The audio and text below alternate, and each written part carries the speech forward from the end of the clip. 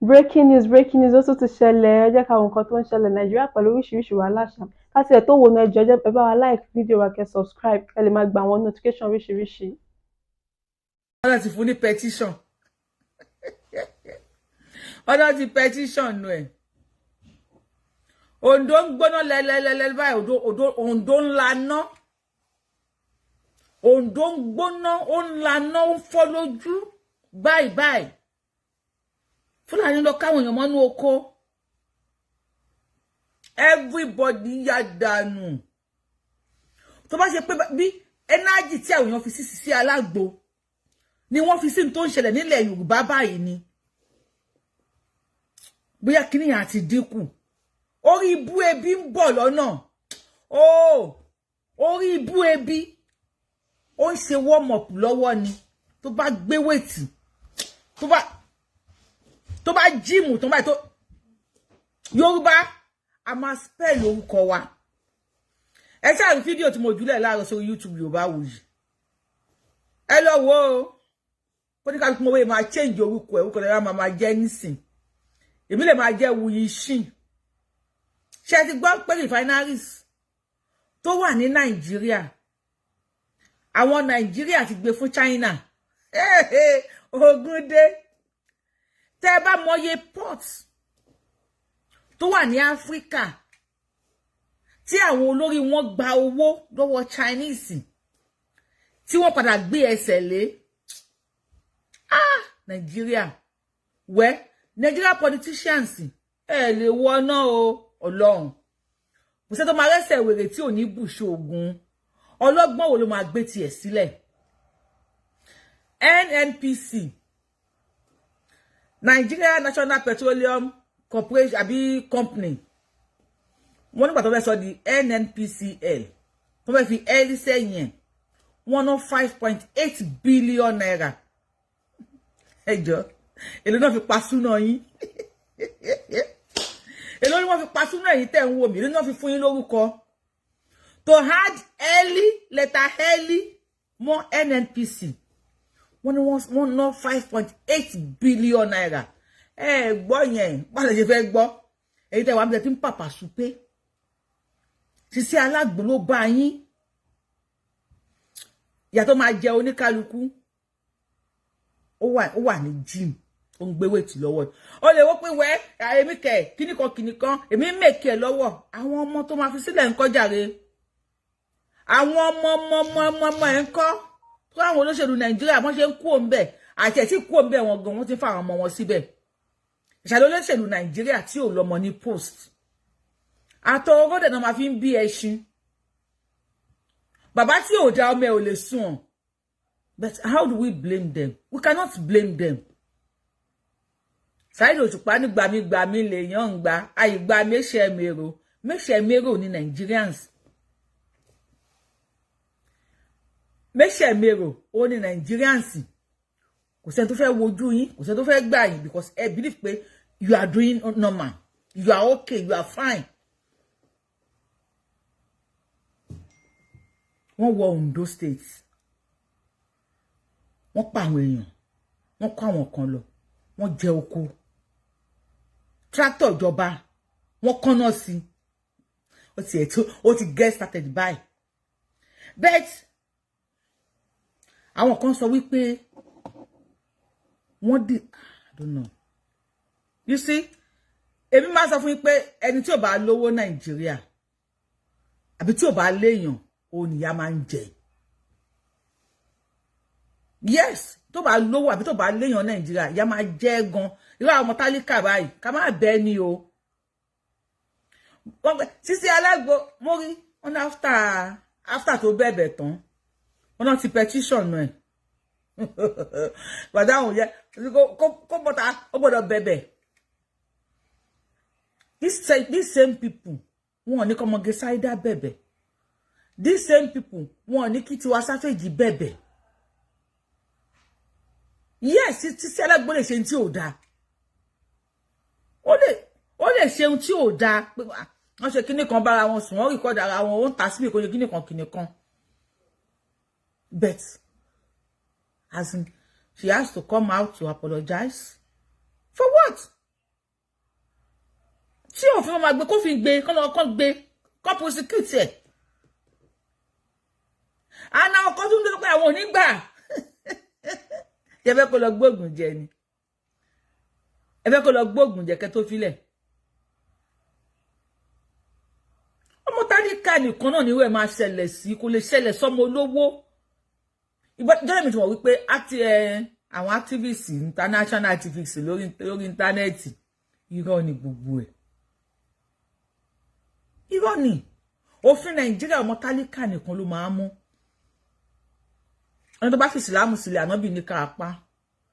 Ọmọ ẹrù fa fi ìsìlámù sílẹ̀ ó tún bọ́ta sọ pé òun ti fi ìsìlámù sílẹ̀. Àná bíre kó gbin. Wọn bí yín kú tẹ́ bá gbin ti yán bá yín. Wọ́n á ṣàyí tilétilé. Ẹni tó bá sí nílé nu yín wọ́n á fa ńkọ́pù kalẹ̀ fáwọn fámìlì ẹ̀. Àwọn fámìlì ẹ̀ máa dé bá ńkọ́pù. Ẹ ṣáà kú náwó ti Sisi Alágbo. Ọmọ ní bá gbèsè ẹlẹ́ ẹkú pọ̀pọ̀ ṣinṣin. Ẹkú náwó ti Sisi Alágbo ẹkú pọ̀pọ̀ ṣinṣin o. Àbí pọ̀pọ̀ ṣinṣin kọ́ lẹ̀ ń ṣe ẹkú ọlọ́jọ̀jọ̀ ọmọ. Ẹ jà kú ọ̀rọ̀ ọmọ. Àwọn abiyamọ ayé àtàwọn abiyamọ ọ̀run. Àwọn abọ́lọ́mọ bọ́mọ wí.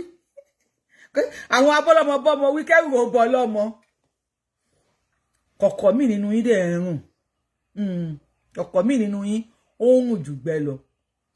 Bí gbogbo apáta nìmọ́la bámúbámú ẹni tílẹ̀ mọ́ bá ní bàrá o kílẹ̀ ń bá ká ẹranjọ́ yìí níbi tó gbé ya o. Ẹ fọ́mọ ní fìdá ẹ̀jẹ̀ kọmọ o. Ẹ má wàá fẹ́mi omi sínú fúrákàsì yín o. Ṣùgbọ́n tó bá yẹ pé òṣìtẹ́ bẹ́yẹ pariwo yẹn Sisi Alágbo yẹn lẹ́yẹ competition yẹn lẹ́yẹ competition. See, if you help woman, let me see if I have the woman here. I don't have him here. I'll bring her. The 2nd, 2025, I received a... Tó bá yẹ pé, because mo fẹ́ woman. Tó bá yẹ pé bẹ́ ṣe help láti publicize kíni Sisi Alágbo, le help woman. Bóyá ebi ò bá ti dínkù nílẹ̀ Yorùbá. Ekiti state nìyẹn o. Ekiti state. Oko bí oko 50 million ni wọ́n jẹ. Wọ́n tún padà wá. Wọ́n tún jẹ mí, wọ́n tún padà wá. Wọ́n tún jẹ mí, wọ́n tún padà wá. Wọ́n tún jẹ mí. Wọ́n kó àwọn èèyàn lọ, wọ́n pààyàn. Ṣé pé ebi ń bọ̀ nílẹ̀ Yorùbá.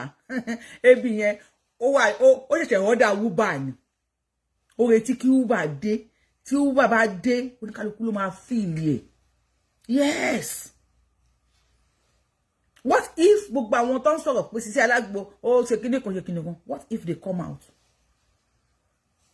Mo ṣì mọ̀ wá play woman yìí o. Ẹ ká kọ́ lọ sí ọ̀dọ̀ individual eléyìí o. Àgbẹ̀ ni o. Obìnrin ni o.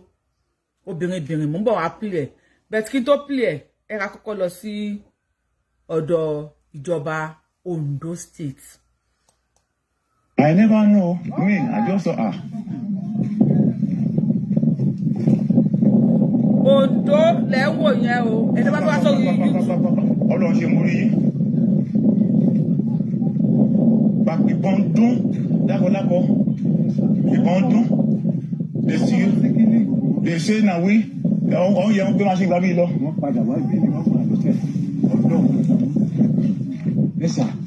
When you say with you take stay with the play with you, we say now we get on those State. You come to do road. Now we get on them now. Now them get on those State. You come to put fire. We kill as many as possible. What's your impact? Tractor Ondo government wọ́n fi ń ṣe ọ̀nà nìyẹn. Bí tí wọ́n ti ń ṣe ọ̀nà lọ́wọ́ làwọn ará bíi ti dé wọ́n ní you dey craze. Ẹ̀yin fẹ́ ṣe ọ̀nà. Ẹ fẹ́ develop ìlú yín. Wọ́n fi ṣe yín àbí wọ́n ń ṣe yín. Wọ́n ṣépè fún yín ní ọmọ Yorùbá. Àwọn làwọn Ondo State ọlọ́bẹ̀ lọ́wọ́ wọn ní Kwara tẹ́ bá bẹ ẹbẹ́ kẹ́kú.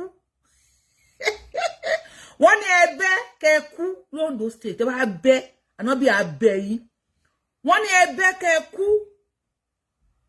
Wọ́n làwọn ní Ondo State. Wọ́n ní ẹgbọ́n tó bá bẹ nínú yín ó fẹ́ gbé ni. Àwọn tí wọ́n ń ṣe ọ̀nà everybody yà dànù. Ṣùgbọ́n wọn ò fẹ́ ṣe pé lásán. Kó má yẹ pé wọ́n kàn wá, wọn ò rán yín sí governor Ondo State Governor Ayédàtiwa kọ́ yẹn wọ́n ní wọ́n fẹ́ wá wọ́n máa ràn yín sí Governor Ondo State wọ́n wá mú tractor tí wọ́n fi ń ṣe ọ̀nà nílẹ̀ Yorùbá lórí ilẹ̀ Yorùbá wọ́n bẹ́ náà sí wọn ò bí yín kú ẹ lọ pé Governor yín wá tẹ́ bá bẹ́ ẹ̀nà bí abẹ́ yín Yorùbá wà lórí íńtánẹ́ẹ̀tì Sisi Alagbo 3 some 10 some 20 some ó ṣe kíní kan some ọmọ pẹlẹbẹ ẹ̀yin náà Sisi Alagbo àti ọmọ 20 years ṣé ẹ̀yin náà lè dúró fún 20 years kẹ́ má dorí kodò ṣé ẹ̀yin náà lè dúró fún 20 years kẹ́ má dorí kodò pẹlẹbẹ ìwà tó wò dá inú lè ní èèyàn tí ń jèkúté onídòdó but for people táwọn kò bá bọ́ta pé wọ́n gbé jáde ànímọ̀ àwọn kò lọ́bìí pé wọ́n ní secret ẹ̀ lọ́wọ́ tán bá sọ síta àní gbọ́. Why not channel all this strength? Ẹ má bọ̀ lórí Yorùbáwùyí lórí YouTube. Please come on Yorùbáwùyí on YouTube. Now, ẹ kà sáré play because ilẹ̀ tí ń ṣú. Sisi Alagbo, ọmọ pẹlẹbẹ, kíní kan pẹlẹbẹ lẹ́ ń sọ. Ebi tó máa pa anybody. Ó wà ní gym, ó ń gbé weight lọ́wọ́. Me, I just saw her.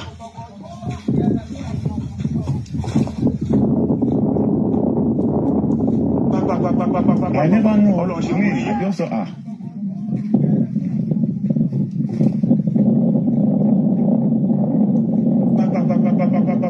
Hold on, I never know. Me, I just saw her.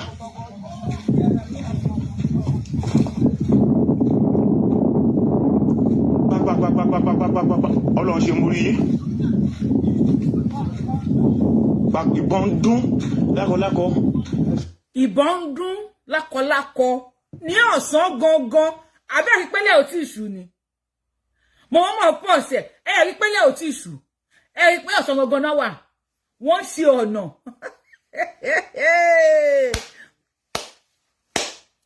Wèrè padà pẹni tó ń wò wèrè ti padà pẹni tó ń wò nílẹ̀ Yorùbá wọ́n ṣe ọ̀nà ní ọ̀sán gangan l'Ondo State.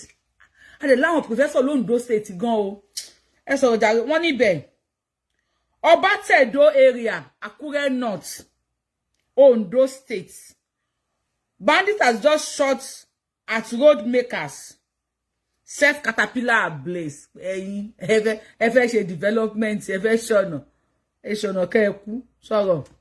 ìbọn dún they say na we all young gbé machine gbábí lọ. wọ́n padà wá bí wọ́n wà lọ́sẹ̀ ọlọ́run nítorí. Yes, sir. Wọ́n ní ṣe wá you take say we dey play with you. We say na we get Ondo State. You come dey do road. Na we get Ondo now. Na dem get Ondo State. You come dey put fire. We kill as many as possible. Wọ́n ṣe ń pariwo nìyẹn. Ọlọ́run ṣàánú. Àwọn làwọn ní Ondo àwọn á pa as many as possible. Tó wá pa as many as possible. Ta ló máa sọ̀rọ̀ fún wọn? Kò sí. Everybody wà lórí Sisi Alagbo talk. Yes, kò sí. Wọ́n á pa as many as possible l'Ondo. Ẹ bá sùn l'Ondo o. Ẹ bá gbé yàrá àdúgbò yẹ ní sùn o. Ẹ má sùn o. Bí àná ló ṣe dàbí èní. Kò sọ ìjẹ́jú sí mi ní ọ̀sán èní. Ẹ má sùn o. Wọ́n á pa as many as possible. Wọ́n pé kí ló ń dùn nú yín ọmọ Yorùbá ẹ fẹ́ ṣe ọ̀nà. Irú audacity wo lẹ ní tẹ́ fẹ́ fi ṣe ọ̀nà l'Ondo? No, ẹ ṣàlàyé fún wọn náà. Kí ni ta ló fún yín ní authority tẹ́ fẹ́ fi ṣe ọ̀nà? Ẹ fẹ́ ṣe ọ̀nà. Ẹ̀yin ọmọ Ondo ẹ̀ ń bẹ gan o. Ẹ fẹ́ ṣe ọ̀nà. Lè jọ máa gbénu gbó pẹ̀lú àwọn Fúlàní kẹjọ máa ní rapport nínú gbó papọ̀ kẹjọ máa wà nínú gbó papọ̀. Ẹ̀yin fẹ́ ṣe ọ̀nà. Ondo ẹ̀ ń bẹ o. Ẹ̀ ń bẹ. Ó yá, continue as a pasupe. Ẹ wo property Ondo State. You come dey do road. Na we get Ondo now. Na dem get Ondo State. You come dey put fire. Ẹ má tí pé ẹjọ́ ẹ má pé ẹ jẹ́ ká play video pọ̀tà mẹ́ta ra fẹ́ play pọ̀. Ọlọ́run ṣàánú mi o. Ẹ wo property Ondo State. Ẹ wo Fúlàní ti finance. Wọ́n ti finance Fúlàní ti finance. Fúlàní ti finance o. Wọ́n ti finance o. Lọ́nà Ọbátẹ̀dó tractor Àkúrẹ́ North o. wọ́n ti finá sí àti ẹ̀mọ́ bí táwọn yòókù wà báyìí kó ló má tẹ̀jẹ̀ kan ti pa wọ́n. Ayé mi. Okay, Ọmọ́tọ́lá. Olúwa ṣàánú ayé mi ẹ wo. Tractor Ondo State government ni wọ́n fi iná sí. Wọ́n ní it is not. I sọ fún yín pé Sharia ń bọ̀. Sharia ń bọ̀. And Sharia tó ń bọ̀ ní lè lo àwọn nǹkan àmúyẹ. Tẹ́ bá lọ sí Afghanistan nísìn. Àwọn obìnrin wọ́n kó wọn táwọn Taliban gbà. Àwọn obìnrin wọ́n kó wọn jọ síbì kan ni. Wọ́n da aṣọ bò wọ́n lórí. Tẹ́ bá ti rí fídíò yẹn, wọ́n da aṣọ bò wọ́n lórí. Wọ́n wá ń já búrẹ́dì fún wọn. Tí wọ́n ń já búrẹ́dì fún ẹran, wọ́n wá ń já búrẹ́dì fún wọn báyìí, wọ́n jù sí wọn. Wọ́n fi igi bí ẹgbà báyìí, wọ́n fi ń dà wọ́n bí pọ̀pá. Wọ́n ń dà wọ́n sẹ́gbẹ̀ẹ́ kan báyìí. Wọ́n fi ẹgbà wọ́n fi ń dà wọ́n báyìí sẹ́gbẹ̀ẹ́ kan. So, Sharia ń bọ̀. Fulanization ń bọ̀. So, wọ́n fi ready fún everything. So, nílé, ànábì ò wọ mọ́tò náà. Kò lè fẹ́ wọn wọ mọ́tò. Ànábì ò jẹ ṣàwámà, ẹ fẹ́ máa jẹ ṣàwámà. Ànábì ò rìn lórí ilẹ̀ tó ní títì tó straight, ẹ fẹ́ máa lórí títì tó straight. Ànábì ò wọ lace, ẹ fẹ́ máa wọ lace. Bá mú yín sọ́wọ́. Ẹ jẹ́ everybody àgbẹ̀. Now, Ondo State nìyẹn. So, after all those, please listen o. Fetí yín lẹ̀kẹ̀ gbọ́ o. Well, the truth is that the terrorists are one of us before they were, confused because of situations and circumstances around us. It is very, very okay for them to be properly reintegrated into the society. But however, there is need for adequate monitoring of their movements and activities. They have no other home but this Nigeria, and they have to equally move on with their compatriots. The only thing is monitoring to make sure that they don't deviate if they are brought back into the society. Ẹ bá wa pàtẹ́wọ́ fún wọn. Chief Security Officer, Defense Military Operation Safe Corridor. CSO nìyẹn, Defense Military Operation Safe Corridor. Wọ́n ní àwọn tó sọ pé àwọn á pa as many as ẹjá ìgbọ́gà tí máa ń Ondo yẹn sọ pé àwọn á pa as many as possible. Wọ́n ní ó normal lẹ́yìn tó bá parí tán kí wọ́n reintegrate wọn sínú society. Wọ́n lára yín ni wọ́n bọ́sọ̀ wọn ṣára tèmi. Wọ́n lára yín ni wọ́n kó tó di pé condition jẹ́ kán pa yín. Kó tó di pé condition sọ wọ́n di tán dà. So tó máa ti ṣe tán wọ́n ló normal kán kó wọn padà sínú society. Wọ́n kàn máa monitor wọn ni. Báwo ni ṣé wọ́n jẹun, ṣé wọ́n yàgbẹ́, ṣé wọ́n tọ̀, ṣé wọ́n ò ṣìrìn, ṣé wọ́n ò ṣìwàwù. Ọmọ tá a gbé ọbẹ̀ kalẹ̀ tó lọ yọ ẹran jẹ nínú ẹ̀, tá wá mú òrí, tá fi pọmọ yẹn lára, tá máàdì tá fi pa lórí. So ẹ wá wò pé kẹ́ dín ẹran sínú fíríjì kò ní débẹ̀. Wọ́n kàn máa monitor, wọ́n kàn máa monitor ẹ̀ nìkan, kàn máa monitor wọn nìkan ló kù. Just to monitor them nìkan ló kù. Ṣé ẹ̀yin tẹ́ wà lórí TikTok kò sí bí ṣe lè gbé yín wọlé tó tí ẹ bá power tap. Tí bá gbé yín wọlé máa padà drop náà. So ẹ tẹ́ wà lórí YouTube náà mo kí yín ẹ káàárọ̀ ẹ káàsán ẹ káalẹ́ kú dédé àsìkò yìí. According to the time tí ṣòyí bá bá yín. According to the time tí ṣòyí bá bá yín. CSO ló ń sọ̀rọ̀ ẹ bá wa like show yìí tẹ́ bá wò pé yẹ kẹ́ like ẹ tẹ́ ti follow wa ẹ follow wa Yorùbáwùyí ẹ subscribe sí YouTube Yorùbáwùyí ẹ kẹ́yìn lórí Yorùbáwùyí lórí TikTok lórí Facebook lórí YouTube ẹ máa follow wa tó bá ṣe lọ máa mú wá fún yín. Wọ́n ní despite the fact wọ́n sọ pé àwọn á pa as many as possible wọ́n ló normal ó normal àbí kí lẹ wá fẹ́ ṣe ó normal kàn integrate wọn kàn fún wọn lówó kàn fẹ́ yàwó fún wọn kàn wọn lọ sí ilé ìwé táwọn tí yóò lè lọ wọn ló normal ó normal ẹ ṣé gan. Areas, please, who are these people? Who are these people with brand new bikes? What are they waiting for? Who bought these bikes for them? Which state are they? Who are they? What's their identity? What instruction are they waiting for? What are they up to? Our leaders are busy talking about 2027 election. These people are in the bush. What are they doing in the bush? Please, if you understand their language, let me know in the comments.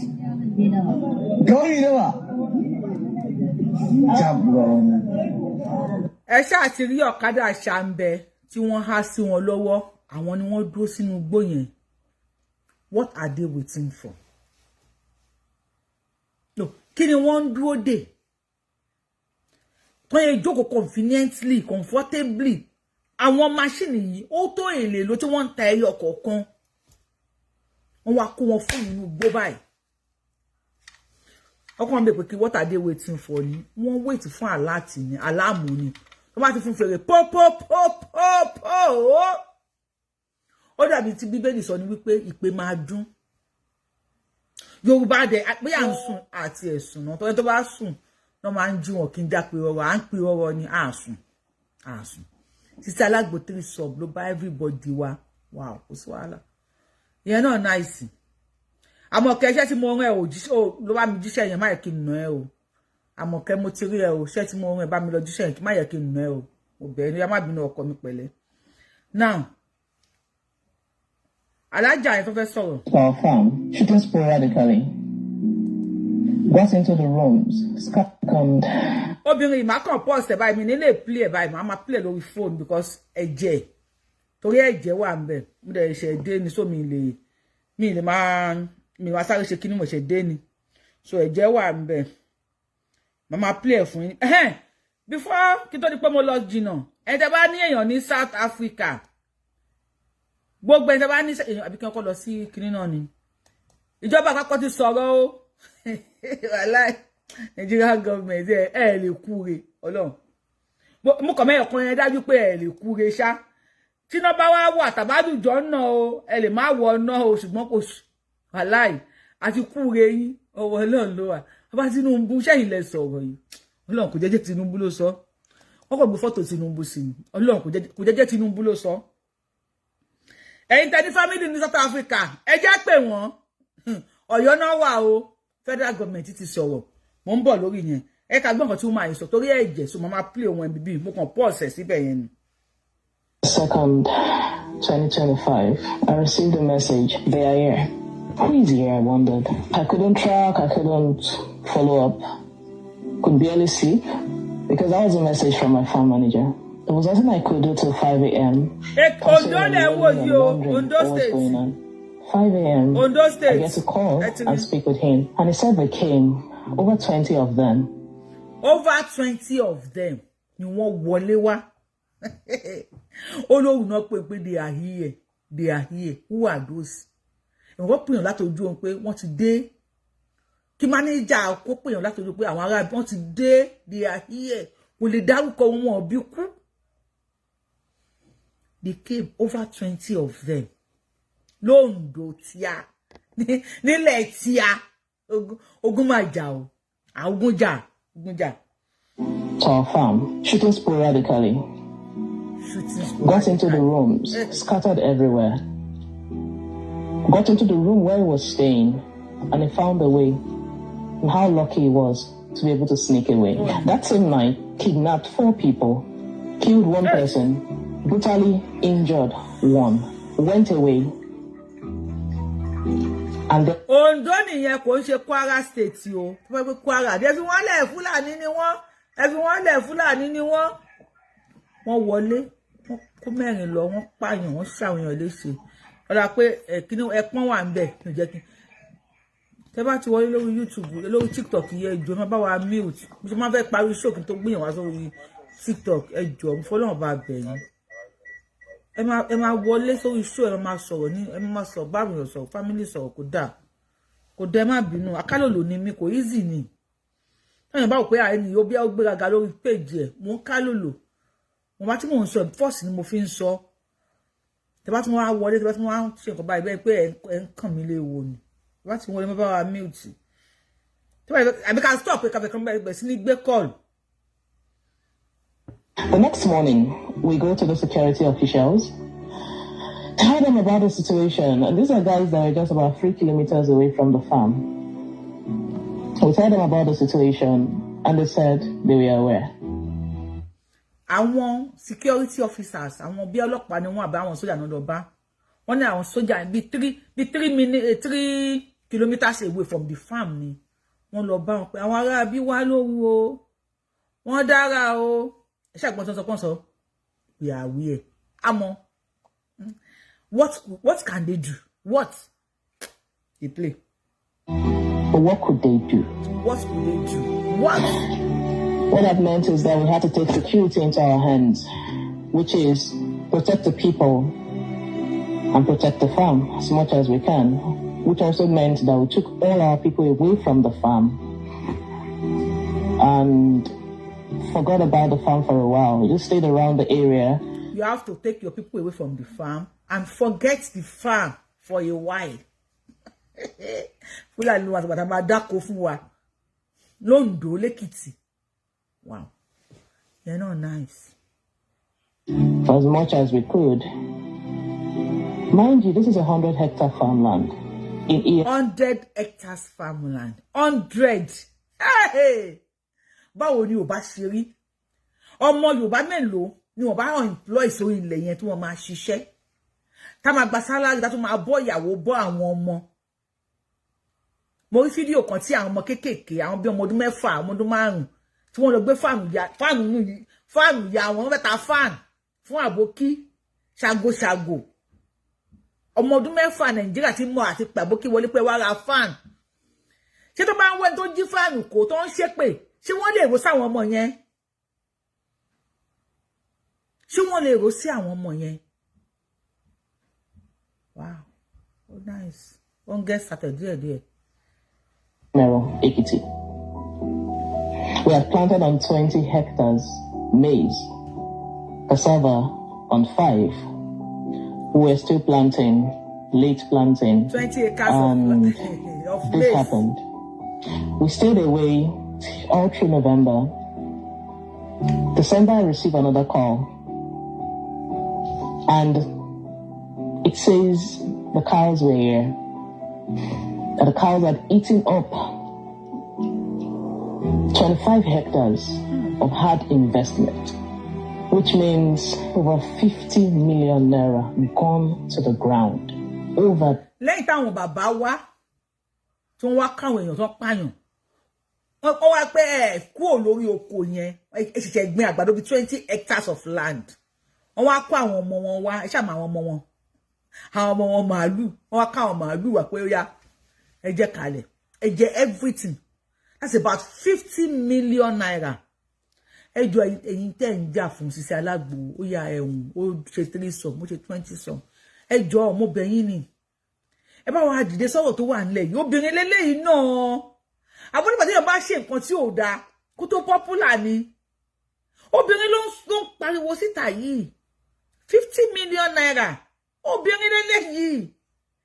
Àbí tó pé wọn ò sí ìdí síta, kò sí ọmú síta, lẹ́ṣẹ̀ lè sọ̀rọ̀ nípa ẹ̀. Good evening, Omukigbe, thank you. Okay, constructing the road will hinder them from doing their evil works. You are right. Ẹ bá wa bọ́ tẹ̀yìn activists ẹ jọ̀ọ́. I've never been that broken, because that really broke me. But I'm grateful that no life was lost from our end. The people that had issues were within the settlements around us. Come March 2026, March again. we started hearing of crisis again. Now, not in Ekiti, in Imafon, Idushi, Ilado. This is Ondo State where we have our head office. We had to reduce movement into further communities. Told my field officers, be careful, come back by 5. Know the communities to go to. We did all we could. Again, we have to take care of ourselves. Ọjọ́ tí ń lọ ilẹ̀ ti ṣú ká tó bẹ̀rẹ̀ show yìí. Mo lè ṣe short video wa mọ̀ kó tó dé táwọn èèyàn kí ń wò lọ́wọ́ short video sórí kíní. Àníra àwọn ètò mo ṣe short video 4 hours owó 1,000. Short video tí mo ṣe yẹn tẹ́ bá ti wò. Ẹ bá wa share fún àwọn tí kò tí wò. Kí oníkálukú ẹ lọ múra àti change orúkọ yín. Because short video yẹn gan mo wò pé ní 1 hour ó yẹ kó wọ bí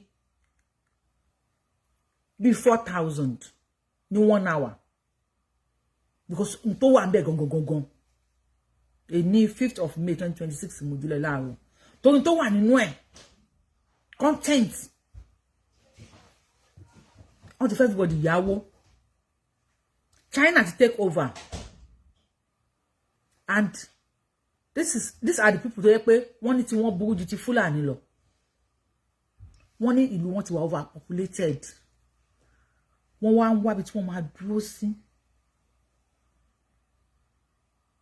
tó máa dé sí but as of today lẹ́ni 5th of May 2026 rather refineries Nigeria wọ́n ti gbé fún wọn o wọ́n ti gbé refineries kò yẹ pé lè ṣe àyè sọ àwọn NNPC ti agree pé kí China take over refineries tí wọ́n celebrate ní few months ago kọ́ ni tó lọ pọ̀ tí ń ṣiṣẹ́ tó ń yọná lókè báyìí do everybody máa bó mi nílé play video yìí tán because mo fẹ́ sáré lọ sí South Africa máa ráyè mo lè play ẹ̀ lórí short video now South Africa ládé ọmọ Nàìjíríà tó bá fẹ́ kúrò ní South Africa ni yóò san owó ọkọ̀ òfurufú ara ẹ̀ ẹ jọ̀ọ́ ṣé Tinubu ló sọ ọ̀rọ̀ yìí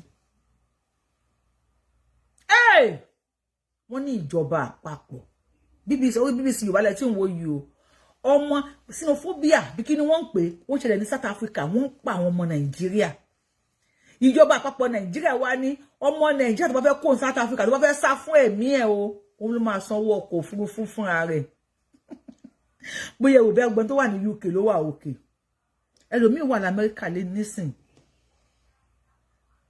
tó bá ti ṣe shift báyìí wọ́n send owó ẹ̀ sáwọn tó bí ń pa ń lé ni tó wá sí pé medical care ọ̀fẹ́ ilé ìwé ọ̀fẹ́ ìfúra ẹlòmíì àti ìṣísíta àwọn àṣẹ kò sí wàhálà ẹjọ́ ta ló wà ńbẹ̀ kó bá wa gbóhùn sókè náà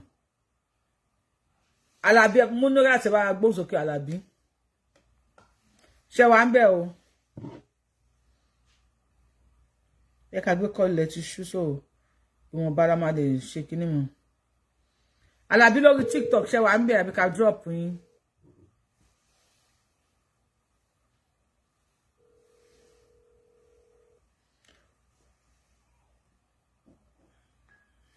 ẹ bá agún sókè lórí fóònù sà. Ládé o. Ẹ káàbọ̀ sà. Kì í ṣẹjọ́ mi aago mi ló fẹ́ gbà búrò tó máa fi sọ̀rọ̀ tán nísìn ó kàn máa off gbogbo náà àti everything. Ẹ kéètò jàre. Àjọ ń ṣe ni o. Ẹ kéètò ẹ̀kọ́ àtẹ́tò ọlọ́wà kúkú máa fún yín ṣe. Kò ní sún yín kò ní rẹ̀yìn. Gbogbo abá àmàkórè kò délé a máa borí àwọn ọ̀tá ni. Ẹ̀rí ọ̀rọ̀ ẹ̀jẹ̀ kọ́kọ́ bẹ̀rẹ̀ torí gbogbo àwọn tí wọ́n ń sọ̀rọ̀ ọmọ ṣiṣẹ́ aláàgbò kankan yẹn mo ti ẹ̀gbọ́n ń pa program ọ̀rẹ́ yín mo wá pè mo wá sọ̀rọ̀ yẹn wọ́n á gbá irú program kì í sọ kí ni mo fẹ́ sọ wọ́n ní ẹ ń bá fẹsẹ̀ kọ aláraláro tó yẹ yín ọ̀rọ̀ yẹn èmi ò tiẹ̀ gbàgbọ́ ti bẹ̀rẹ̀ sí ní sọ ó gbé òwò jáde ó gbé kinní kan jáde ó ṣe gbá kan jáde ògbésèré kọrin kan àrùn ẹ̀rì àfẹ́jọ́rùbọ̀ lọ́rọ̀ ni so ọ̀rọ̀ tí ẹ̀yẹ àmọ́ ni gbogbo àwọn tó ń pariwo lórí ẹ̀ mò ń wò wọ́n ni kó pàkì ara wọn sẹ́gbẹ̀ẹ́ kan ṣe rí ọ̀rọ̀ tìlú mi tẹ́ ẹ sọ yìí. ṣé Oǹdó lẹ ti wá ni. ok à ń gbọ́ yín sà. ṣe rí àwọn ọkọ tó lè ṣe wà o but nítorí kálukú ń sá fún ni pé àti má gbègbèsè tó bá di ọ̀rọ̀ ṣe náà àwọn ìjọba àní níta sọ ní Nàìjíríà yẹn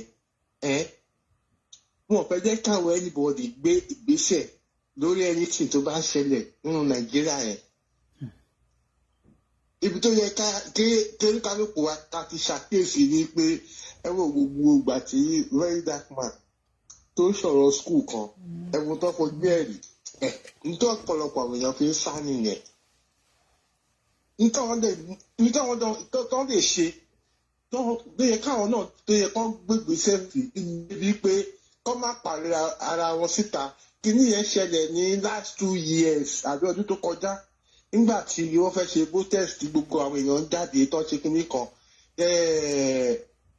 sáìdì kan lóńdó yẹn ilẹ̀ olújì ẹ wo nǹkan tí wọ́n ṣe fún wọn gbà yẹn àwọn kíní burúkú ìtọ́ lọ fi ẹran doko wọn tí wọ́n ṣe gbogbo nǹkan tí wọ́n ṣe yẹn kí wọ́n kò lè wọn kan tó rárá sí wọn ni bọ́ọ̀mù èèyàn ṣe nígbà yẹn nǹkan tó yẹ kó máa ṣe ṣéèfù àwọn nǹkan yìí wà lọ́wọ́ yìí ẹ máa fi dá wọn lọ́lá gómìnà wa òkúkú rí nǹkan kan ṣe tó kò sí tó kàn mo sì máa sọ tó lọ fọ òwe pé bàbá yẹn Akérédolú no mi ì ṣọ́ pé àti lè réyọ̀ bí bàbá yẹn mọ́. èmi náà ṣọ́ o. ọkùnrin tó tọkùnrin ẹ bá wọ gbogbo gbà yẹn ta ló tó gbóná wojú Buhari. ìyàwó Ìyábọ̀ Búkì wọ́n ní 200 people watching only 46 people like the show. èmi ọlá pé ẹ̀yin èèyàn wa tẹ máa ń wò pé àwọn èèyàn kíní kan wọn ọ̀tẹ̀ láìkì ni èmi ò fẹ́ máa sọ ọkàn nípa ẹ̀ mi fẹ́ máa sọ anything nípa ẹ̀ láìkì ẹ̀ I am just writing my name mo kàn ń kọ orúkọ mi ni ẹ láìkì ẹ̀ láìkì ẹ̀ ẹ ṣí ẹ o gbẹgbẹgbẹ ẹ ṣí ẹ o gbẹgbẹgbẹ ok bàbá wa ẹ má yẹ kó kú. gbogbo mo ṣe pé ń jẹta tí mo pé ń jẹta yẹn kí tó débi tí mo fílẹ̀ sí ó ti kú. torí nǹkan tó dẹ wọ́n ní ẹjọ́ tó wà wájú ìjọba ó kọjá ẹjọ́ bàbá tọ̀ síbẹ̀. ìyá mi ẹ pé tó jàre ẹ ṣeun gan jàre ẹ ṣeun bàbá wa ẹ ṣe gan mo dúpẹ́. So lórí tàbítàdé lórí TikTok a lè rí yín gbé wọlé ẹ má bínú mo ti try possible best mi bí ṣe ń gbé yín wọlé ló ń drop so ẹnìkan láwọn táàgì mi sórí kíní ọ̀hún mo fẹ́ wò lẹ́yìn tí bá ti wò wọ́n tán báyìí ẹnì yẹn kí lorúkọ wọn ní Yorùbáwùyí àtàgì ọ̀hún kíní kan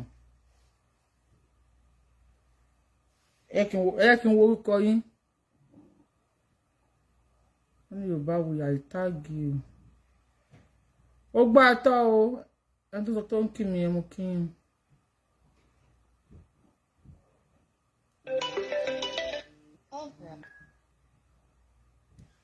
ẹ bá gbóhùn sókè o. ẹ ṣeun ẹ káàbọ̀ sà.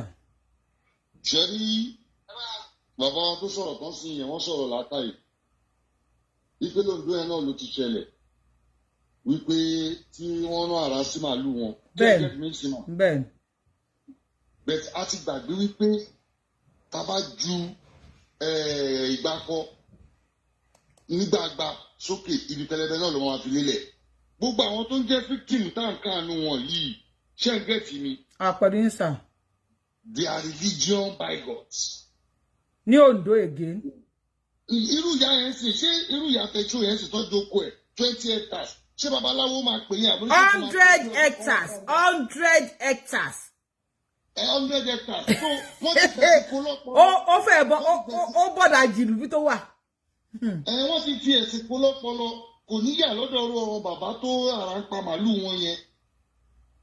tẹ́ bá ti wo lóòkè ẹ̀ ti rí wípé wọ́n ò lè sọ fún pé lọ́ra yọ àtàtàrí kò dá sórí ilẹ̀ yẹn á ní àwọn ilé ìtọ́ra wọn ni Jesus Christ. so ibi tí ìkónilẹ́rù wa ti bẹ̀rẹ̀ náà láàmì dúró ẹ̀sìn yẹn náà fi kó gbogbo ọmọ Yorùbá lọ́pọlọ 98% wa wọ́n sì fẹ̀sí lẹ́kọ̀ọ́ alọ́pọlọ up till now. gbogbo ibi tí ìdáàbòbò wà wọ́n sá in the name of Jesus wọ́n sá in the name of Muhammad. so problem yẹn ni nǹkan tó ń ṣẹlẹ̀ onírú àwọn victim àwọn eléyìí. nínú bí ìkànnì yẹn ṣẹlẹ̀ sí yẹn ẹni tó sáko bẹ́ẹ̀ wọ́n tún lọ ń dáko síbòmíì pásítọ̀ ẹ̀ ti sọ pé kókó bẹ́ẹ̀. so bóyá jẹ́ nìyẹn ẹ̀sìn yẹn òun gangan ni problem wa àfàìfọ̀mọ́ olórí tó yẹ a ní ọ̀nà tá a lè gbára wálẹ̀ ẹ̀sìn yẹn ti kó sí wa lọ́pọlọ ẹ máa bí tó bọ̀ mọ́. ẹ ṣeun gan Ọmọ́tọ́lá ẹlẹ́ tag mi sí fídíò kan mi ò rí fídíò náà. Ọmọ́tọ́lá mi ò rí fídíò tó sọ pé tag mi sí kí ló ṣẹlẹ̀ lórí fídíò náà.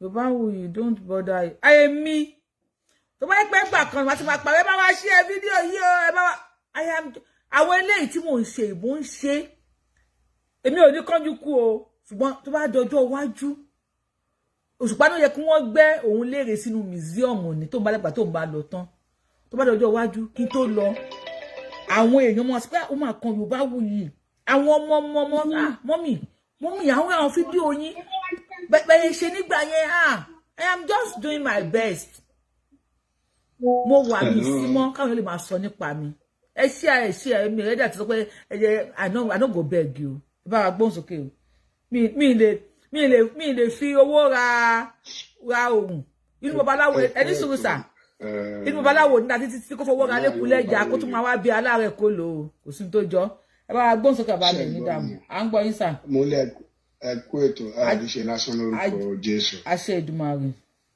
ọ̀run á pín wa lérè. àṣẹ o. lórí ètò tẹwà mo fẹ́ dá sí. báwa dá sí sà. ọ̀rọ̀ pé Fúlàní panilé ni ó ń pani lọ́la ó ṣe kínní kan à ń dúró fún gọ́fàmẹ̀ntì à dúró fún kínní. ṣé bí gbogbo àwọn tó ń fi ẹran jókòó wọn yìí gbogbo àwọn tó ń jó kínní ṣé bí àwọn ìbílẹ̀ ni agbọ́ yìí tó ń ṣe láàárín ìgboro. ó pẹ́ kí kínní ìjọba rán tí mo sọ̀rọ̀ yìí ní bíi ọdún mélòó kan sẹ́yìn mo ní èrè la fi ń wo wèrè pé ìtàjẹ̀sílẹ̀ ló máa yàn ní rárá Ọlọ́run ní yẹ kárógùn ìtàjẹ̀sílẹ̀ ọ̀pẹ̀ tí wọ́n pa àwọn èèyàn wa níṣẹ́ ẹ̀jẹ̀ ń ṣàn. yẹ́ẹ̀tì ṣé àwọn tó wà ní dúró fún àwọn tó wá ń ta láti wá jà fún wọn ni ṣé gọ́ọ̀mẹ̀ntì ló máa wá jà ṣé bàbá Tinubu tí ò rí tẹ́ níbọ̀dì rò níṣì ló máa wá jà bàbá dúpọ̀ yẹ máa gbàdá 2027 ó dúpọ̀ ọmọ ẹ ṣe máa di gọ́ọ̀mẹ̀ntì ní 2027. gbogbo àṣẹ sọ pé ẹ má da Tinubu mọ̀ kan tó ṣe Yorùbá ló fẹ́ ṣiṣẹ́ fún about 30 special project ń lọ ní Abuja serious big project ń lọ ní Abuja ṣé ẹni tó máa pín Nàìjíríà nìyẹn àtàntàrà wa àwọn Yorùbá ọba kan náà dìde àtàntà sọ pé Tinubu ni tí ò bá ti Tinubu á máa jà kì í ṣe mòdìbọ bẹ ìjà ọ̀nà fẹ́ jà gbogbo wọn ọ̀nà bẹ̀nẹ̀ òkè ìkínápòkè lánàá máa gbà sálọ wọn ní dúró mú aṣọ wọn bẹ́ẹ̀ ni ṣé ìgbà tí Tinubu àti tó bá ti le tán wọ́n máa wá ṣe kí àdúrà tán kan máa gbà ní pé tó bá jẹ́ Òbí ló tó padà ló wà ń bẹ̀ Òbí sì lè ṣàánú ọmọ South ni bẹ́ẹ̀ tó bá jẹ́ ọmọ North Fúlàní ló gbàjọba eventually. bàbá wa tí Òbí gan bá débẹ̀ máa worst. rárá mi ò ṣe politician mi ò support Òbí mi ò support Tinubu. ok kí ni Òbí máa lè ṣe tó bá débẹ̀ kí ni Òbí máa lè ṣe tó bá débẹ̀. ok Òbí lè má lè ṣe nǹkan kan bẹ́ẹ̀ kò ní níwà burúkú bíi ti Fúlàní bẹ́ẹ̀ ni mo sọ kò ní níwà burúkú mi ò support ẹni sùn no orí péjì Yorùbáwùyí free opinion yín kí ni ọ̀nà wo ni Òbí ló fi bẹ́tà Tinubu. mi ò sọ pé Òbí bẹ́tà Tinubu. no ẹni tí Òbí bá mi ò sọ bẹ́ẹ̀ o. no mi sọ pé ẹ sọ bẹ́ẹ̀ sà mi sọ pé ẹ sọ bẹ́ẹ̀ ẹni tí wọ́n yẹ pé ọmọ Fúlàní ló débẹ̀ ó máa worst pẹ̀tẹ́ pé Òbí ló débẹ̀ Òbí á sì tún ṣe díẹ̀. ó má ṣe lè jẹ́ Òbí ó sì lè láàánú àánú ẹ̀mí ò sọ pé ó máa ṣe kan ó lè láàánú Yorùbá. in what aspect wo ló máa fi ṣàánú wa.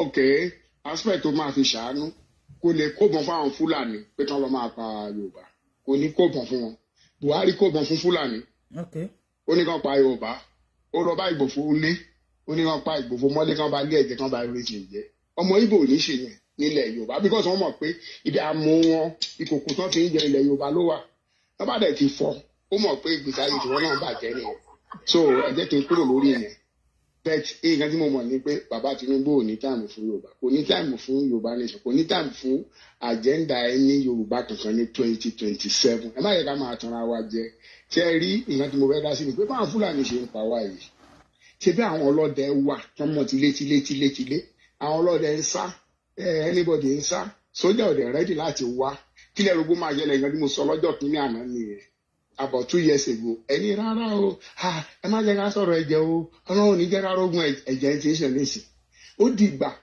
Fúlàní ò lágbára tó Yorùbá wọ́n ti ṣàìsí wá mo sọ fún yín mo ní pé mi ò fẹ́ máa parọ́ torí ìlú tí mo wà pé pé mo fẹ̀yìntì níbi iṣẹ́ ológun bẹ́ẹ̀ ni present chief of defence staff Olóyèdé àdìjọjọ wà ní Sierra Leone àdìjọ wà ní Liberia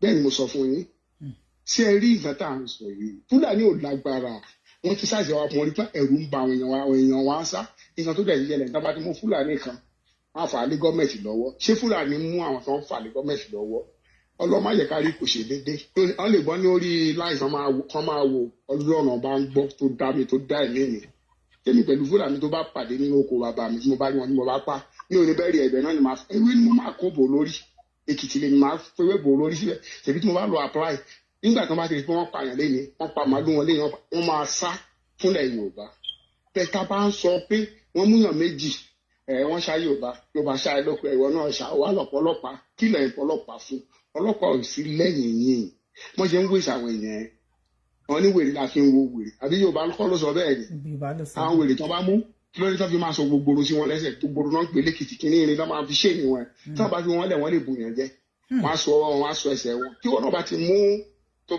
yàn tó fẹ́ wá pa nínú ilé ẹ̀ ó ní àwọn arábì wọn bá wa ṣeré àwọn èèyàn wa lágbára ẹkún tán sun ẹ Ọlọ́run dáríjì mi Ọlọ́run má yẹ ká sọkún yìí pẹ́ o ó má yẹ pé bá fi ń sọkún yìí ó má yẹ pé mọ́jọ́ máa lé wa kúrò lórí ilẹ̀ wa nìyẹn èyí ti Ṣáínà mo gbọ́ yìí tẹ̀ ṣe ní ìdí kó tó di eléyìí ti Ṣáínà ọ̀rọ̀ Ṣáínà kò ṣe Ṣáínà tó bá ní tí o bá sì ti o lè lé o lè ta o lè wọlé mo kọ́mẹ́ǹtì lórí kíní lórí prógráàmù yìí yẹn lórí wọ́ọ̀lù yìí kíákíá làwọn ajá bàbá Tinubu bóyá ọ̀rọ̀ pé òun ni wọn Tinubu jù mí lọ bóyá òun ni Tinubu jù mí lọ ni ó wà sọ pé kí ló dé tí mo fi ń dárúkọ Tinubu ṣèbó ti bẹ̀rẹ̀ láti gba ayé Buhari ṣé Buhari tà fún Fúlàní ó gbé fún China gbà ẹ̀ ẹ jẹ́ ká sòtọ́ ọ̀rọ̀ nǹkan wọ́ sí regional politics tá à ń play yìí kò lè help wa yídà kí Yorùbá ká fèsì pé abúṣìkì gbogbo wọn pé àtẹ̀ ẹ̀dá sí wọn mọ́ pé àmọ́ bí tá à ń lọ àgbà níbí àṣì níbí àfẹsẹ̀ pọ́lìtì àfẹsẹ̀ òṣèlú díẹ̀ àfẹ́ gbára wa sílẹ̀ kò ní ṣiṣẹ́ o kò ní ṣiṣẹ́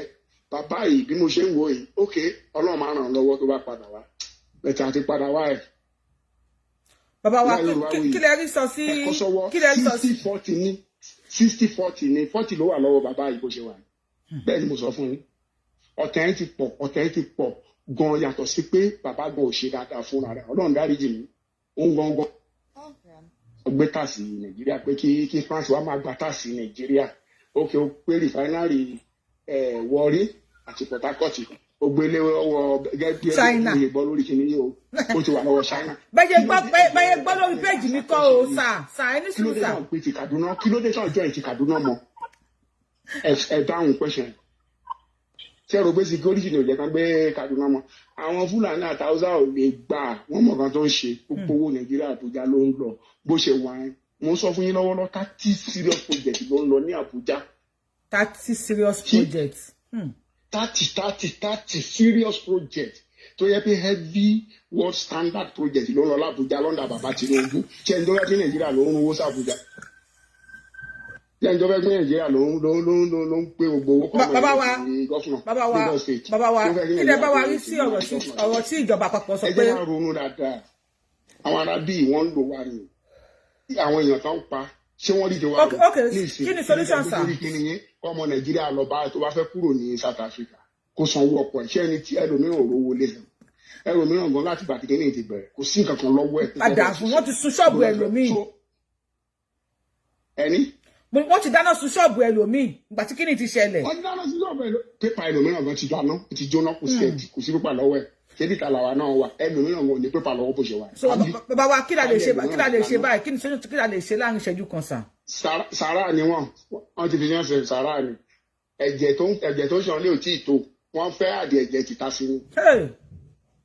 ẹ̀jẹ̀ ìṣòótọ́ ni mo sọ àwọn bàbá yìí dájú wọ́n ṣe wá ṣe ẹjọ́ tó ń ṣe máa ń nílẹ̀ Yorùbá ṣé Tinubu lọ sí any place nílẹ̀ Yorùbá ṣé ó sọ̀rọ̀ lórí ẹ̀yìn ẹ jẹ́ ká sòótọ́ ọ̀rọ̀ ṣe bí à ń pè ní bàbá wa àwọn ṣe rí ẹgbọ́ kìíní kan ṣe rí àwọn tó ń dìde àwọn ọba tó ń dìde tó ń ṣe kìíní ẹ̀ wọ́n ti gbowó sọ́wọ́ ni wọ́n lò wá ní Ọlọ́run ọba gbọ́ orí nǹkan tá a bá fẹ́ yúùtù nìkan la máa sọ fún orí nǹkan tá a fẹ́ ní ká dúró bí a fẹ́ ṣe pọ́lítì òṣèlú díẹ̀ a fẹ́ ṣe Yorùbá nation díẹ̀ kò ní ṣiṣẹ́ o kò lè ṣiṣẹ́ tá a bá fẹ́ dúró lórí tá a bá ya ọmọ takú pé Yorùbá nation la fẹ́ kò tẹ̀sí tó kàn wá gan káàrà sí bàbá yẹn fúnra rẹ̀ bàbá wà pẹ̀lú wa bẹ̀tùnísì wọ́n ti fọkàn Yorùbá ti fọkàn ẹ balẹ̀ káàtì àráàzì ẹ nígbà tó ṣùgbọ́n bẹ̀rẹ̀ kó jẹ́ pé nǹkan ló máa wá bẹ̀ wá ìbá ti dáa jù kó jẹ́ pé ẹ̀bẹ̀ ló wá bẹ̀ wá bẹ̀ wọ́n ti mú àwọn èèyàn lọ́wọ́ wọ́n ti mú èèyàn lápá ẹnìkan tí mo dẹ̀ ń rò tí ó jẹ́ pé ó ti ṣiṣẹ́ tó ti lórúkọ ní ìṣìfò olóyè Sunday Igboho Ọlọ́run kó ran bàbá ẹ̀ lọ́wọ́ Ọlọ́run má jẹ́ kó Ọlọ́run ní jẹ́ kó kábàámọ̀ lórúkọ Jésù because ibi tó ń fa bàbá yẹn lọ kò ń ṣe ibi tó dáa. Everybody me understand you yeah we understand me understand. Ibi tó ń fa lọ ń ṣe ibi tó dáa ó ti ṣiṣẹ́ tó jẹ́ pé ó dẹ̀ ti fẹ́ rí gẹ́gẹ́ tó ibi tí kí ẹ̀ fẹ́ yọrí sí báyìí ní o mọ àwọn tó ń fa bàbá yẹn débẹ̀ Ọlọ́run bá ń gbọ́. báwo yẹ gba àwọn èèyàn wá kiri a máa bẹ̀rẹ̀ ẹrù ẹkùn a máa bẹ̀rẹ̀ ok láì ṣe pé wọ́n ṣe kí n bá fẹ́ bẹ̀rẹ̀ ẹrù ẹkùn a lè bẹ̀rẹ̀ ẹrù ẹkùn láì ṣe pé wọ́n fà sínú òṣèlú. báwo ló ṣe fẹ́ ṣe. wọ́n ò ní jẹ́ kó ṣí kan wọ́n ò ní jẹ́ kó rí ìyàtọ̀ ṣe wọ́n ò ní jẹ́ kó rí ìyàtọ̀ ṣe ẹ jọ ẹ̀yin náà lẹ máa pe wọ́n ní àjàrà ta náà ó ní ẹ̀yin náà kọ́ òṣèlú la pé màmá Yorùbá wù yìí. báwo ló lóyún Sunday Igboho ṣe fẹ́ ṣe irú ẹkùn tí Tinubu wà rí ní ìsẹ̀. wọ́n pe ẹ̀jọ̀ Yorùbá ní pé wọ́n pè wá jẹun wọ́n dì ẹ́ lọ́wọ́ mú ẹ mọ̀ bí politics ṣe rí ni wọ́n pè wá jẹun wọ́n ti dì ẹ́ lọ́wọ́ mú èyí ṣe rí àwọn ọba kan wà tí mo rí pé wọ́n ní àṣàn kan jẹ́ kí àwọn youth káwọn youth gan káwa youth ká jẹ́ bàbá wa ẹ fún wa ní solution láàrin ìṣẹ́jú kan sá láàrin 1 minute ẹ fún wa solution. Okay, solution tẹ̀lé fẹ́ lè wí pé ẹni sùn kí bàbá olóyè Sunday Igboho kó ṣe gẹ́gẹ́ bí ọmọ Ọ̀yọ́ dáadáa kó dúró bí ọmọ Ọ̀yọ́ pé wọ́n ní Yorùbá àmì Ọ̀yọ́ dọ̀bálẹ̀ bẹ́ẹ̀ inú ẹ̀ gangan fún ara ẹ̀ olóṣù kó má fi irun tán bí nǹkan tó gbé lọ́wọ́ kó fọkàn sí pé tí wọ́n bá ti fẹ́ ṣe mọ̀nàmọ́ná kó yà tètè já padà síbi tó ti ń bọ̀. ó dà ẹ ṣeun gan. àrùmọ̀ràn tí mo fẹ́ ní Mr. Ayinde láwọn ní question fún yín. Any Yorùbá nation any Mr. Ayinde any Yorùbá nation ẹ complete your statement yín. Yorùbá nation tó gbé lọ́wọ́ ẹ̀ ó máa ṣe é ṣe bẹ́ẹ̀ tí ibi náà ti ń bá lọ ẹ̀ ọ̀rọ̀ politics tán fi gbé wọ́n fẹ́ fi ṣubú ni bàbá Tinubu ò nífẹ̀ẹ́ sí Yorùbá nation tó bá nífẹ̀ẹ́ sí Yorùbá nation kò ní sọ pé kíkiri ṣe yìí lọ máa. ẹ mọ̀ kọ́ mo yẹ fi yín lẹ́sà tẹ́bí sọ̀rọ̀ tó tó báyìí because ẹ ti lo 12 minutes tó yẹ kí n fi yín lẹ́ tẹ́bí sọ̀rọ̀ tó tó báyìí ni pé tí máa ń ṣe show tí èèyàn kan bá pè wọlé sórí show tó bá ń sọ̀rọ̀ mo máa ń wo comment lórí YouTube àwọn èèyàn ń support yín the colour is right lórí Facebook àwọn èèyàn ń support yín even lórí TikTok àwọn èèyàn support yín ló yẹ kí n fi yín lẹ̀kẹ́ máa sọ̀rọ̀ ṣe bá support bàbá yẹn bá wa support wọn ní show then Mr. Ayinde láwọn ní question fún yín Mr. Ayinde ó yẹ béèrè question yín sir. ẹ béèrè question yín. ṣeun sá nǹkan tẹ́mi pọ̀ bẹ́ẹ̀ sọ lórí ọ̀rọ̀ yẹn ni pé tí a ní Bọ́lá mẹ́rin Tinubu wọn ò lè lá gbogbo ọ̀rọ̀ mọ́lẹ̀ number 1 ẹlẹ́ẹ̀kejì ni pé tẹ́ẹ̀ sọ pé Peter Obi ìpè Peter Obi sẹ́ẹ̀rì kò sí nǹkan tó fẹ́ràn. mi ò sọ anything nípa Peter Obi o mi ò sọ anything òbí wọn mi ò support gbogbo wọn mi ò support. wọ́n ní tí wọ́n yẹ pé Peter Obi wọlé ó sì lè láàánú Yorùbá ju Àtíkù lọ. mo wá ní àánú wo ni Yíbò ṣe wá nílẹ̀ Yorùbá sáwọn tó ń ta fake drugs fún wa tí wọn ò kó fake drugs tán ṣe ẹ lọ sí ìlú wọn láti lọ máa fi ṣe àwọn ọmọ wọn níjàmbá àtàwọn ìran wọn níjàmbá kò síran kan tó fẹ́ràn Yorùbá gbogbo ìran ẹtọ́ lẹ́ẹ̀tẹ́ bá rí tábúrú bá ṣẹlẹ̀ sí Yorùbá gbogbo àwọn ọ̀ràn yòókù ní wọn máa ń dùn ẹ jẹ́ ká kọ́ mú yẹn kó nú pẹ́yìn wa kò síran kan tó fẹ́ràn Yorùbá. ok ẹ ṣe sí ẹ jẹ́ kí n clear àárín yẹn kí n tó lọ ẹjọ́ màmá Yorùbá wù ẹ gbọ́ mi yé dáadáa nǹkan tí mo sọ ẹni sùúrù Àyìndé wọ́n ní káwọn clear àárín yẹn ó yà ń gbọ́ yín sà. nǹkan tí mo sọ nígbà tí mo fi gbé ọ̀rọ̀ ẹ̀ wọlé ni pé mo sọ pé kí bàbá ẹ̀ kí àwa ní ká dira wa mú pé gbogbo àwọn alàgbà wa àtàwọn ọba àtìjòyè tán lọ ń support pé kí nìkan wọ́n ń lò wá ni because bàbá yìí ò ní tẹ̀sí Yorùbá lọ́wọ́ kò sí nǹkan tó jẹ́ Yorùbá nation ní agenda ẹ̀ mo wá sọ wípé Ọlọ́run má jẹ́ kí ìyà jẹ wá because mo ní 60-40 mo ní 40 ló wà lọ́wọ́ bàbá ẹ̀ nísinsìnyí but àdúrà tá a máa gbà ní pé kí Fúlàní má lọ wọlé padà mo ní tó bá jẹ́ Peter Obi ló sì ṣe ó sì máa láàánú Yorùbá ju kìnìún dé ẹ wá bèrè lọ́wọ́ mo ní pé ìgbà Buhari ṣe bí Buhari kó bọ́n fún àwọn Fúlàní ìtọ́jú èlé kó bọ̀ fún àwọn ọmọ Fúlàní náà. Ọwọ́ Fúlàní máa Kwakwanso ni mi ò support ẹ o. Bàbá wa Kwakwanso ni fáìsì òbí o. Kí ló fẹ́ ṣe tó bá yọ ọmọ Ìgbò burú ju gbogbo yẹn lọ ẹ̀mí gbàdúrà kí gbogbo wọn wọlé o nǹkan tèmi àdúrà tèmi gbà ní pé ọlọ́mà tẹ̀jẹ̀ kó sí election àdúrà tí mo gbà ní ọlọ́mà tẹ̀jẹ̀ kó sí election ẹni tó bá fẹ́ gbàdúrà kó máa ṣe ṣèlú kó máa ṣe ṣèlú wọn lọ ó ní ìyà ìpàkàn pa wá tó ó ti tó ẹ wo bá ṣe ń wèsì ọmọ Yorùbá ní Kwara State ẹ wọ́n ṣe ń wèsì wọ́n ti dé Àkúrẹ́ ẹ wọ́n ṣe dé kìnní kù sí ọ̀nà anybody rí sọ̀ṣẹ́ wa sọ̀rọ̀ election ẹ wọ́n ẹ má sọ̀rọ̀ election bí bàbá wa. Ok bàbá wa Àyìndé ẹnìkan béèrè question wọ́n ní ẹ̀ ń sọ pé tí ẹ̀ ń sọ̀rọ̀ Peter Obi bí bàbá wa ṣe sọ̀rọ̀ yìí wọ́n ní Yorùbá tó wà ń bẹ̀ ń sìn wọ́n láǹfààní wo la jẹ wọ́n pa wá. kò láǹfààní kankan. Ada pé mà lórí pé Yorùbá tó wà ń bẹ̀ ń sìn a mọ̀ pé Yorùbá tó wà ń bẹ̀ ń sìn a lè má sọ pé bá a ti rí àwọn kankan but Yorùbá sì máa listen sí wa ju ran mi lọ. tí ó lísì sí yín níṣe tí ó lísì sí kwa bí ó dé tó fi dìde state of emergency ní Kwara State ṣé kò mọ̀ kí ó dé tó fi dìde state of emergency. ẹ sọ ẹ bá mi lóhùn. wọ́n ní kẹ́ ẹ dá wọn lóhùn wọ́n ní kí ló tí kò declare state of emergency ní Kwara State mo like debate. kí ló ṣẹlẹ̀ ní Rivers State tí metman dógún ẹ̀ 1 million tí ìṣẹ̀lẹ̀ ní Kwara State tí ó lọ visit wọn ní Kwara State ṣé kò sá lọ sí Rivers State. Ṣé kò lọ jọ ṣe. ẹ̀yin tẹ́ bá ń like debate yẹn ẹ bá wa share video ẹ bá wa kọ comment ẹ bá wa like ẹ jẹ́ kó rìn. ṣó ti lọ Kwara láti ọ̀sán. wọ́n ní ṣé Tinubu ti lọ Kwara. ó lọ sí Plateau State tó lọ dúró ní airport tó sọ pé kò sí ná pé 10 minutes tó lọ insult wọn bẹ̀. kò sí ìyàn kò sí politician. wọ́n lè má ti lọ sí Kwara kí ló tí wọ́n ti lọ sí Kwara. kí ló dé lọ sí Kwara. kí ló ṣẹlẹ̀. ẹni sùúrù sà wọ́n lè má ti lọ sí Kwara èmi ò mọ nǹkan tó ṣẹlẹ̀ wọ́n lè má ti lọ sí Kwara ìtọ́tẹ́mi sáà ń tọ́ aláìsí sọ ní ìtọ́tẹ́mi ń tọ́ aláìsí sọ. wọ́n ní wọ́n lè má ì tí ì lọ. ẹni sùúrù ká ní pé ẹni sùúrù sà tó bá yẹ kó bí Haúsá ló wà ń bẹ̀ sí chance ti Mr. Sunday Igboho ní wà látàlá kò sẹ́ wọ́n rẹ́dí láti finish ẹ̀. àǹfààní kan nìyẹn.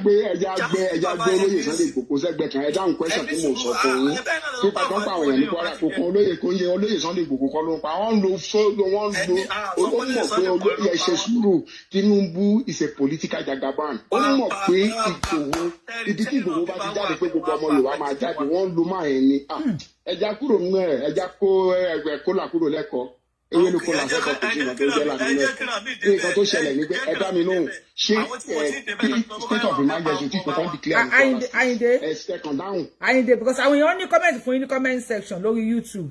ṣé kò sí tó kàn declare state of emergency ní Kwara State.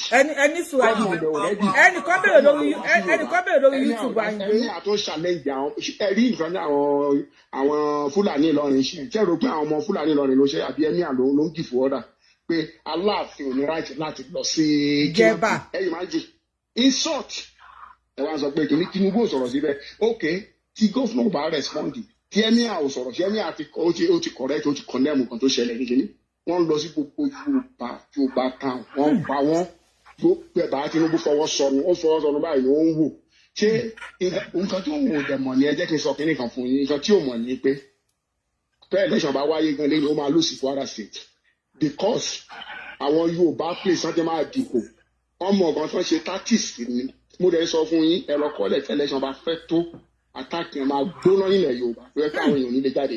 yes wọ́n ti ready.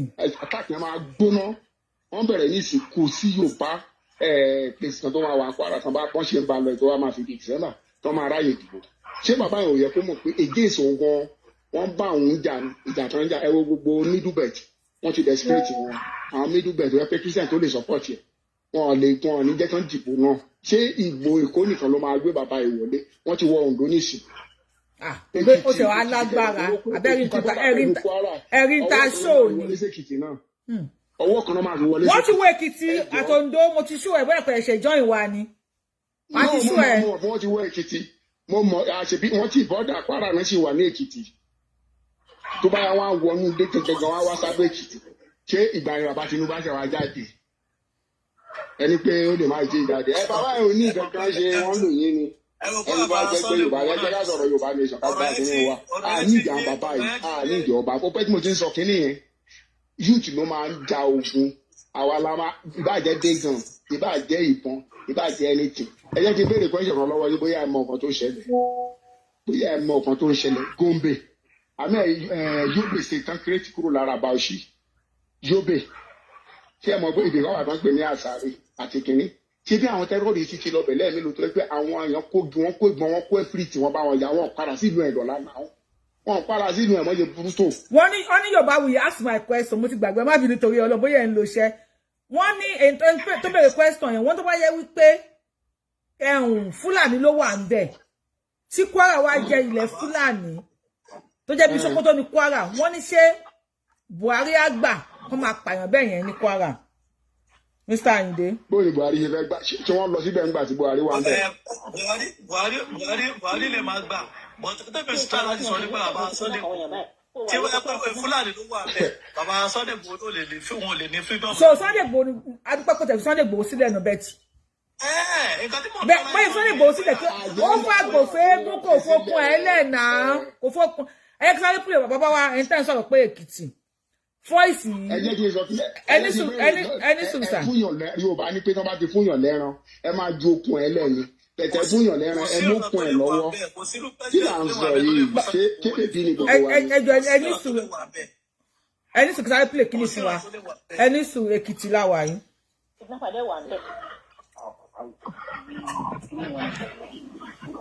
gbogbo ilẹ̀ Yorùbá pátápátá náà ti bẹ̀ straight. ẹni sùn bàbá wa ẹni sùn a fẹ́ play Èkìtì fún yín. ó wà lóko pé àwọn kidnapper dẹ̀ wà ń bẹ̀. ṣé ìsìnàbà tí wọ́n ti ṣọ́ọ̀ṣì náà ti kidnap àwọn èèyàn báyìí. ọdẹ ìyìnbọn fún àwọn kan náà. ọ̀sán bẹ́ẹ̀ bọ̀dá mo ti pè bọ̀dá bẹ́ńjì níbọn pọ̀ wọ́n yìnbọn gan.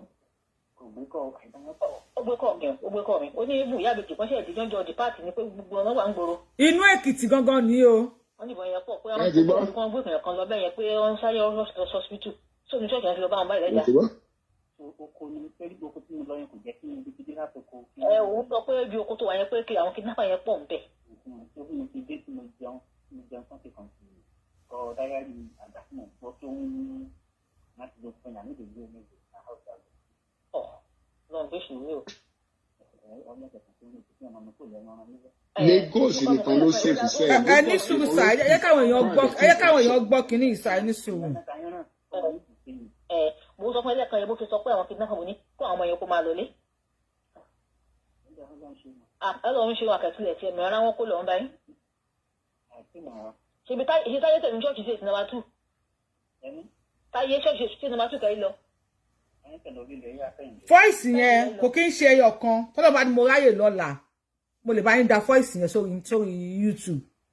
inú Èkìtì nìyẹn inú Èkìtì wọ́n pè ẹni ẹ̀ ń rìkọ́ọ̀dù ni wọ́n sẹ́ǹdì ẹ̀sìn pé Yorùbá wuyì àsọyìnbó go for Èkìtì náà o àwọn arábí wọ́n ti ya wọlé o ẹgbọ́n ìbọn dún kólákólá ni ṣé Èkìtì ò ní gọ́vnà dey play bàbá wa Mr. Ayinde pé Mr. Ayinde ti sá lọ ẹ ṣeun gan adúpẹ́ sá ká tún gbé kọ̀lẹ̀ lọ. politician ni gbogbo àwọn politician ni wọ́n mọ̀ nǹkan tó ń ṣe. Mr. Ayinde debate yẹn ẹjọ́ ta ló ń win ẹ̀yin tẹ́ ń wò wá láàrin Mr.